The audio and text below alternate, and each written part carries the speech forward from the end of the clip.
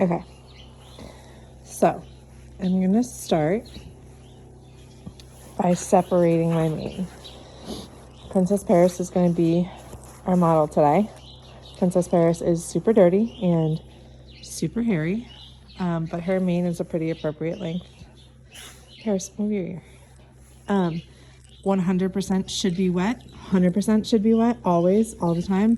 Makes it look better, makes it look cleaner. It's easier to work with. You can get it tighter. However, it is 29 degrees right now and my hands are not having it. So the thing of it is, if you have a super nice thin mane like Paris does, you can pretty much split it with your hands. I've been doing it for so long that I know exactly where to split it and what kind of size braid that will get me. If you have a thicker mane, I like to use these clips because, sorry, yep, that's spit because I keep it in my mouth when I'm separating. I like to use these because they have a little bit of a sharper edge, and if the mane is a little bit thicker and I want to make that nice straight line in between braids that you're going to be able to see, I will just use that. And I'll clip the rest of the hair behind. And this is a little deceiving because you're not going to be able to see, like there's really no objectivity to see how big those braids are going to be. Smaller is always better. Always better. You're going to get yelled at by clients if you have braids that are too big. Paris is going to be a pain in my ass right now about this. All right, so you're going to split in 3. And we're going to start counting with my right hand, okay? Every time my right hand goes over, I'm going to count. So that's going to be 1, 2, 3, 4, right? So I did 4 down. Now I'm going to add my string. So I'm going to take my string, which I made sparkly purple so that you guys can see it, but also to make Paris feel special. I'm going to add it into the 2 hairs that I'm holding and then keep going. Right hand. 1, 2, 3, 4, 5, 6. So now I have a braid where I've done 10 turnovers with the right hand. 10 or 11 is probably the extent of what you should go with. You don't want to have a lot of a lot of tail at the end, but you're going to be able to hide it.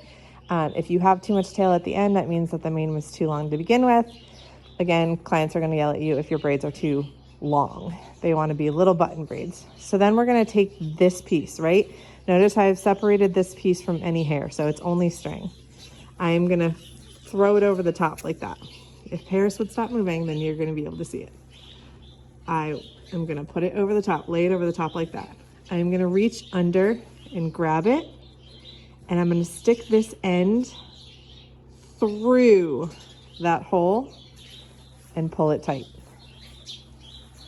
That is the best way to make the most minimal knot possible, because then we're going to be pulling our knot up and into our crest, and we don't want to make that hard. And the bigger the knot is, the harder that's going to be. I'm going to do one more just to show you guys.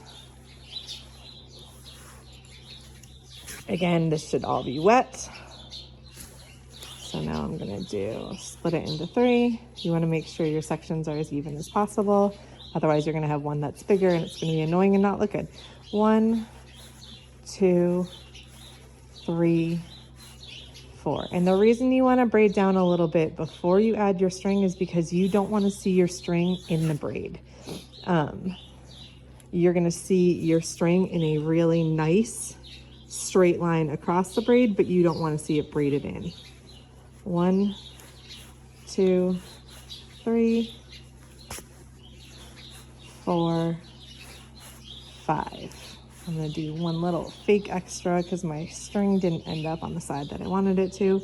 So now we're going to go over, pick it up from under, stick it through that hole, pull. It's a nice tight knot. Okay? Just going to do those 2. Now I'm going to take my pull through. I keep all my tools in my back pocket. I'm going to take my pull through. I'm going to stick it down in the top, very top. Like I'm going from like where her neck is into the middle of the top of the braid. I'm going to take the 2 strings, make sure you have both. Close your little latch, pull it through.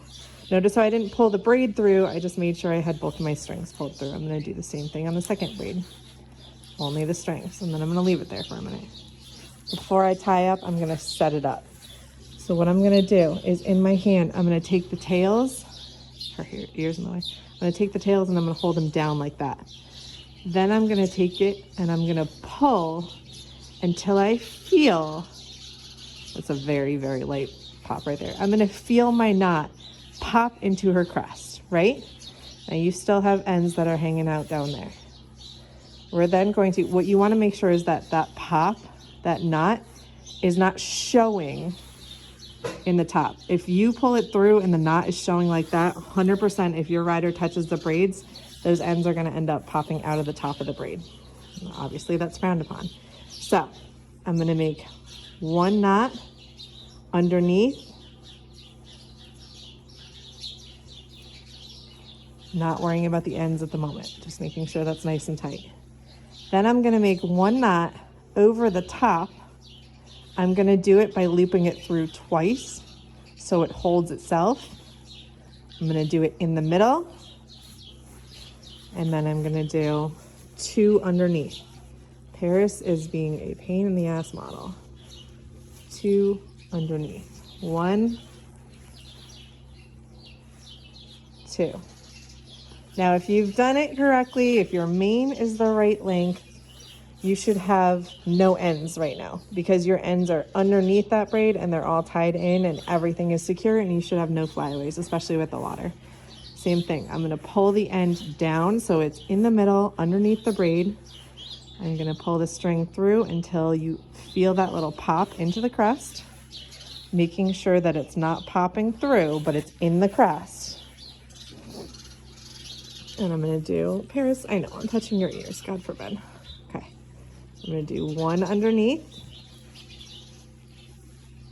Then I'm gonna do 1 sailor knot on top with the 2, like looping through twice, pulling it across, flattening it down. Paris! FYI, most of the horses you get will be a pain in your ass. And then I'm gonna do 2 underneath. And at that point, if you still have any ends poking out, this is where you can kind of, so I don't know if you're gonna be able to see it on the phone. See how I have a little bit of end poking out of the side right there? I'm gonna take my last knot and I'm going to make sure I catch that end with the knot and it's in the braid, okay?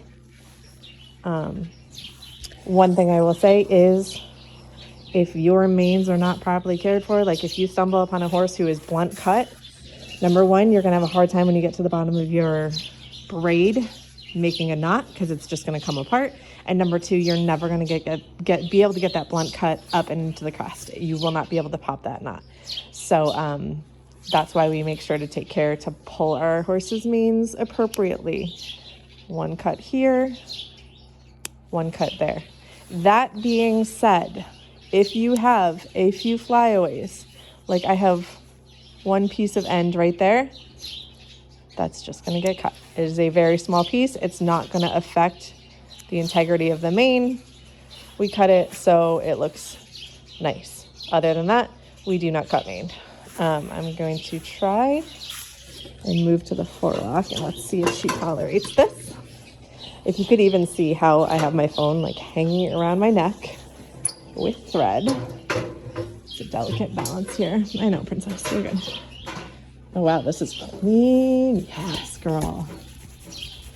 Wow. Okay, princess. So we're gonna have not only purple sparkles, but we're gonna have shavings as well. Okay.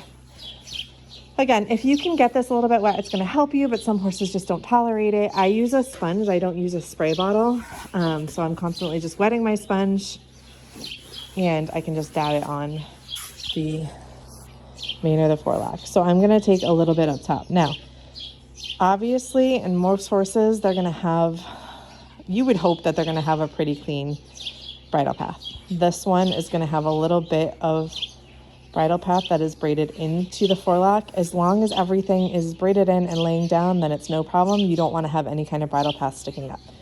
So I'm gonna take a little bit at the top. I do it in a weird way. I hold it like this. You can do it like a normal braid. I pull twice and then I add hair. And this is just gonna be a standard French braid that you're just gonna do all the way down, adding hair. Now, if you have a horse I mean, hopefully your horses are going to be much cleaner than this. If you have a horse who has a giant forelock, you do not want to do this part tight. You want it tight enough to have a nice braid, but you can't do it too tight, because then if you have a massive braid down at the bottom, you're not going to be able to pull it up and fit it inside the forelock. She has a nice thin forelock. She is going to have very little when I get to the bottom, so I'm not too concerned about leaving room.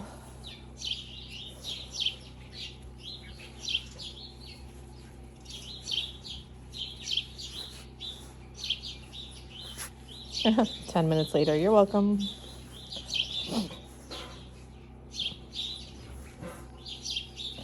Paris, you're such a good girl, baby.